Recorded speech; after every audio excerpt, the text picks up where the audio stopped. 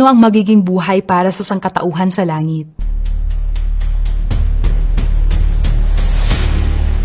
Tingnan natin kung ano ang sinasabi sa Biblia. Una, magkakaroon tayo ng mga bagong katawan, malaya sa lahat ng karamdaman, sakit at kamatayan.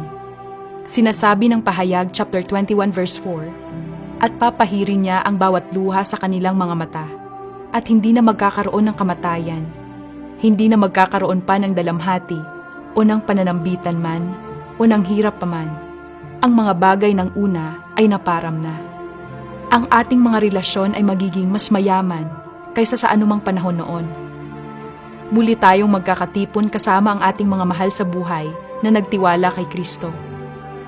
Isipin ang kagalakan ng pagkakabuklod ng walang kasalanan o pagkamakasarili.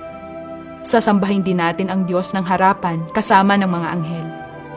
Ang Pahayag chapter 7 verse 9 to 12 ay naglalarawan. Pagkatapos ng mga bagay na ito ay tumingin ako.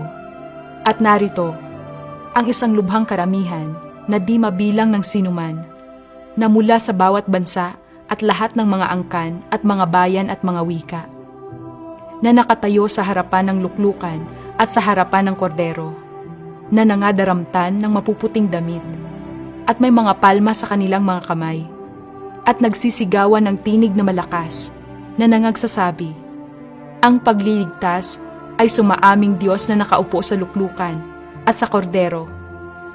At ang lahat ng mga anghel ay nakatayo sa palibot ng luklukan at ng matatanda at ng apat na nilalang na buhay. At sila'y nangagpatira pa sa harapan ng luklukan at nangagsisamba sa Diyos na nangagsasabi, siya nawa. Pagpapala at kaluwalhatian at karunungan at pagpapasalamat at karangalan at kapangyarihan at kalakasan, nawa ang sumaaming Diyos magpakailanman, kailanman, siya nawa. Wala ng kasalanan, wala ng pagmamataas o pakikibaka. Bawat isa sa atin ay uunlad sa ating natatanging layunin. Walang sino man o anuman ang makakasakit sa atin.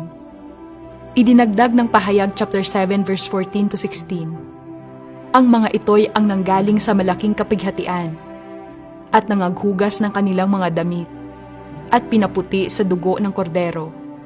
Kaya't sila'y nasa harapan ng luklukan ng Diyos, na nangaglilingkod sa Kanya araw at gabi sa Kanyang templo, at siyang nakaupo sa luklukan, ay lulukuban sila ng Kanyang tabernakulo. Sila'y hindi na magugutom pa, ni mauuhaw pa man, ni hindi na sila tatamaan ng araw o ng anumang init. Mula sa mga kasulatang ito, maaari tayong maniwala na ang buhay sa langit ay kahanga-hanga, isang bagay na ating inaasam-asam, at ang kagandahan nito ay lampas pa sa ating imahinasyon. Ang susi ay lumapit sa Diyos ngayon upang matiyak ang iyong lugar sa langit.